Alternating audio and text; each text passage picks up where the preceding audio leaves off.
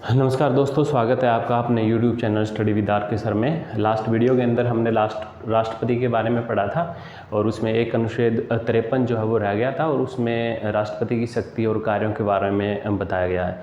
तो आज हम अनुच्छेद 53 राष्ट्रपति से संबंधित हैं, उसको पढ़ेंगे आगे कि राष्ट्रपति के कौन कौन से कार्य होते हैं, राष्ट्रपति के पास कौन कौन सी शक्तियाँ होती हैं। तो चलिए स्टार्ट करते हैं। अनुच्छेद 53 अनुच्छेद 53 के अंदर पीछे हम पढ़ के आए हैं राष्ट्रपति की शक्ति और कार्यों का वर्णन है। राष्ट्रपति जो होता है वो अपनी शक्तियों का प्रयोग खुद स्वयं या फिर उसके अधीन काम करने वाले अधिकारियों के माध्यम से करता है। तो यहाँ पे लिखा गया है राष्ट्रपति अपनी शक्तियों का प्रयोग स्वयं या फिर अपने अधीनस्थों के माध्यम से करता है। सबसे पहले हम पढ़ लेते हैं राष्ट्रपति की कार्यपालिका से संबंधित जो शक्तियाँ हैं कि कार्यपालिका के अंदर राष्ट्रपति किस प्रकार से अपनी शक्तियों का प्रयोग जो है वो कर सकता है। तो देखिए, पहली शक्ति है नियुक्ति की शक्ति। नियुक्ति की शक्ति यानी किसी भी पद के ऊपर वो कौन कौन से संस्थान हैं जिनके आयुक्त या फिर मुख्य अधिकारी जो है वो राष्ट्रपति द्वारा ही नियुक्त किए जाते हैं। जैसे प्रधानमंत्री की नियुक्ति राष्ट्रपति द्वारा की जाती है, मंत्रिमंडल की नियुक्ति राष्ट्रपति द्वारा की जाती है, कैग और चुनाव आयोग के जो आयुक्त होते हैं उनकी नियुक्ति भी कौन करते हैं? राष्ट्रपति करते हैं। वित्त आयोग, सुप्रीम कोर्ट और हाई कोर्ट के जजों की नियुक्ति भी राष्ट्रपति द्वारा की जाती है। तो किस किस की नियुक्ति होती है? देखिए, प्रधानमंत्री की नियुक्ति होती है, मंत्रिमंडल की नियुक्ति होती है, वित्त आयोग के जो आयुक्त होते हैं उनकी नियुक्ति होती है, कैग के आयुक्त या फिर जो सदस्य होते हैं उनकी नियुक्ति राष्ट्रपति द्वारा की जाती है, सुप्रीम कोर्ट और हाई कोर्ट के जो जज होते हैं उनकी नियुक्ति भी राष्ट्रपति द्वारा ही की जाती है। तो कई बार ये क्वेश्चन जो है पूछा गया है कंपटीशन एग्जाम के अंदर और आगे भी ऐसे क्वेश्चन पूछे जाएंगे। तो आगे देखते हैं। देखिए, आगे है अंतर्राज्यीय परिषद का गठन। ये अनुच्छेद 263 के अंतर्गत अंतर्राज्यीय परिषद जो है उसको जगह दी गई है संविधान के अंदर और इनका जो गठन है वो भी राष्ट्रपति द्वारा होता है। वित्त आयोग का गठन भी राष्ट्रपति करते हैं और किसी क्षेत्र को आरक्षित घोषित करने का अधिकार भी राष्ट्रपति के द्वारा ही होता है। अभी हाल ही में एक संविधान संशोधन मोदी सरकार द्वारा लाया गया 127वां संविधान संशोधन, उसके अंदर भी ओबीसी से रिलेटेड ही जो आरक्षित क्षेत्र हैं उसमें अलग अलग प्रावधान होते हैं। जैसे कुछ एक ओबीसी क्षेत्र घोषित करने का अधिकार राज्यपाल को होता है।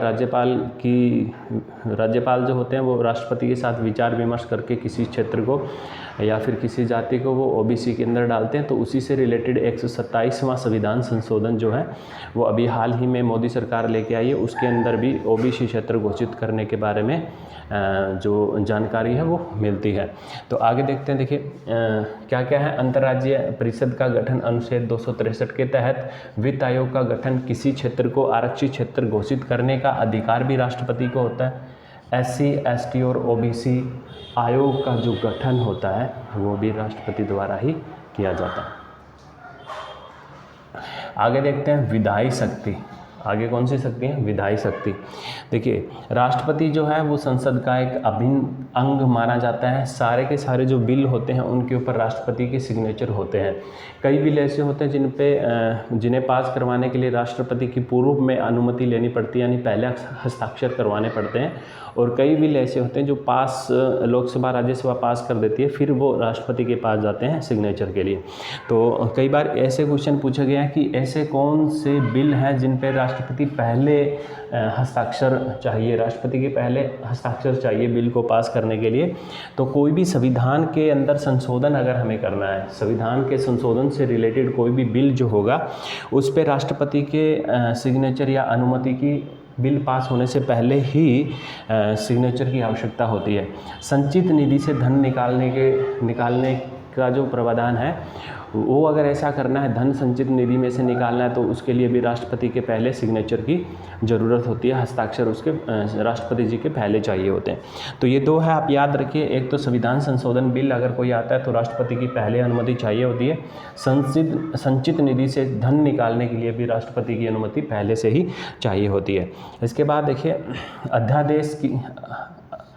अध्यादेश की शक्ति, ये अध्यादेश हमने पढ़ा था आर्टिकल 123 के अंदर वर्णित है कि जब लोकसभा और राज्यसभा किसी कारणवश नहीं चलती है तो राष्ट्रपति खुद अपनी शक्तियों का प्रयोग करके उस बिल के ऊपर सिग्नेचर हस्ताक्षर कर सकता है और उनको पास कर सकता है। इसको क्या बोलते हैं? अध्यादेश। तो अध्यादेश की शक्ति भी राष्ट्रपति के पास होती है। आर्टिकल 123 के तहत संसद को राष्ट्रपति जी संबोधित कर सकते हैं, करते हैं। संसद का सत्र बुलाते हैं। सत्रावसाहन करना राष्ट्रपति का अधिकार है। और लोकसभा को भंग करना आर्टिकल 85 के तहत, लोकसभा को भंग करना आर्टिकल 85 के तहत ये भी राष्ट्रपति की शक्तियों के अंदर आता है। और ये कौन सी शक्तियाँ? विधायी शक्ति। आगे पढ़ते हैं हम वित्तीय शक्ति। देखिए वित्तीय शक्ति, धन विधेयक पर राष्ट्रपति की सहमति पूर्व में ही ली जाती है। जो धन विधेयक होता है उसके लिए राष्ट्रपति की जो अनुमति है वो पहले ही लेनी पड़ती है।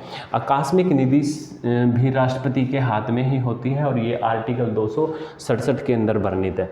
प्रत्येक वर्ष राष्ट्रपति आर्टिकल 112 के तहत बजट पास करने के लिए सरकार को कहता है, यानी हर वर्ष बजट पास बुलाने की भी जो शक्ति है, जो अधिकार है, वो किसके पास होता है? राष्ट्रपति के। और हमारे अनुच्छेद, संविधान के कौन से अनुच्छेद के अंदर इसका वर्णन है? 112 के अंदर।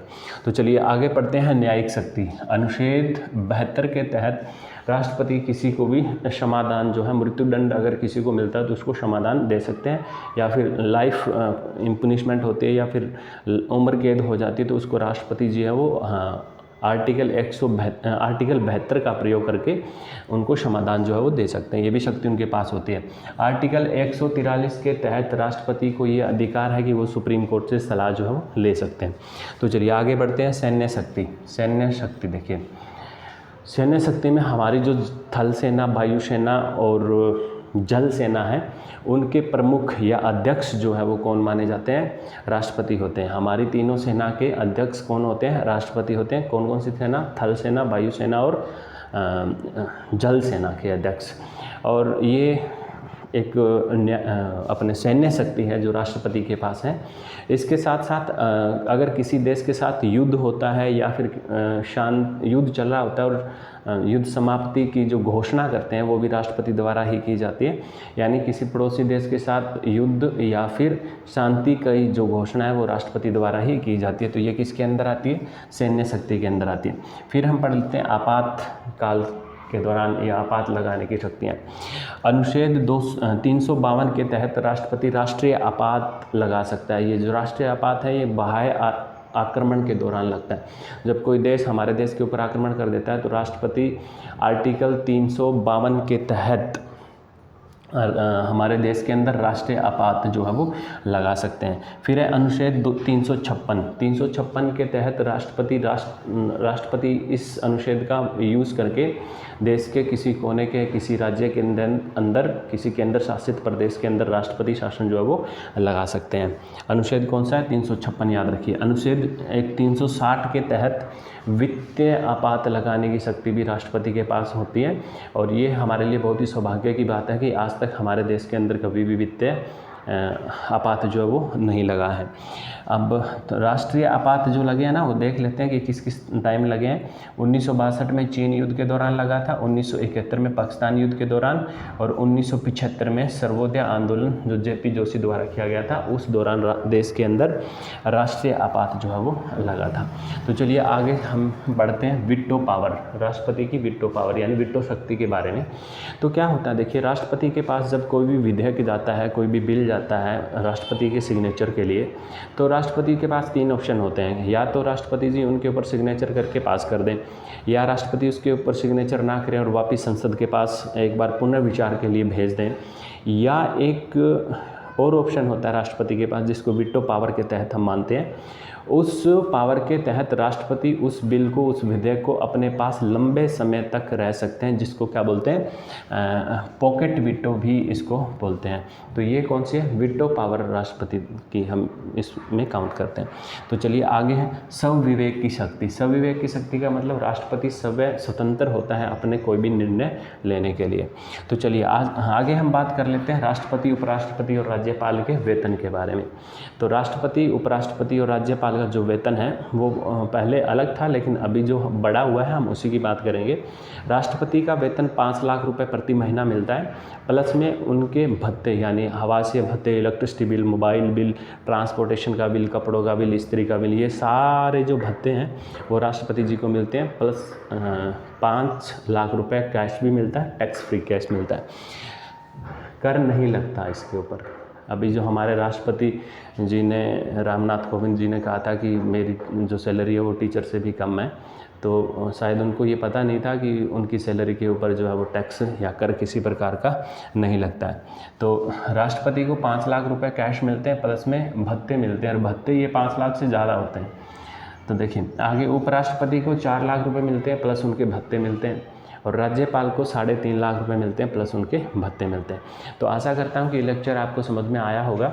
आगे इसी तरह से हम नेक्स्ट वीडियो के अंदर उपराष्ट्रपति और उनकी शक्तियों के बारे में पढ़ेंगे। धन्यवाद।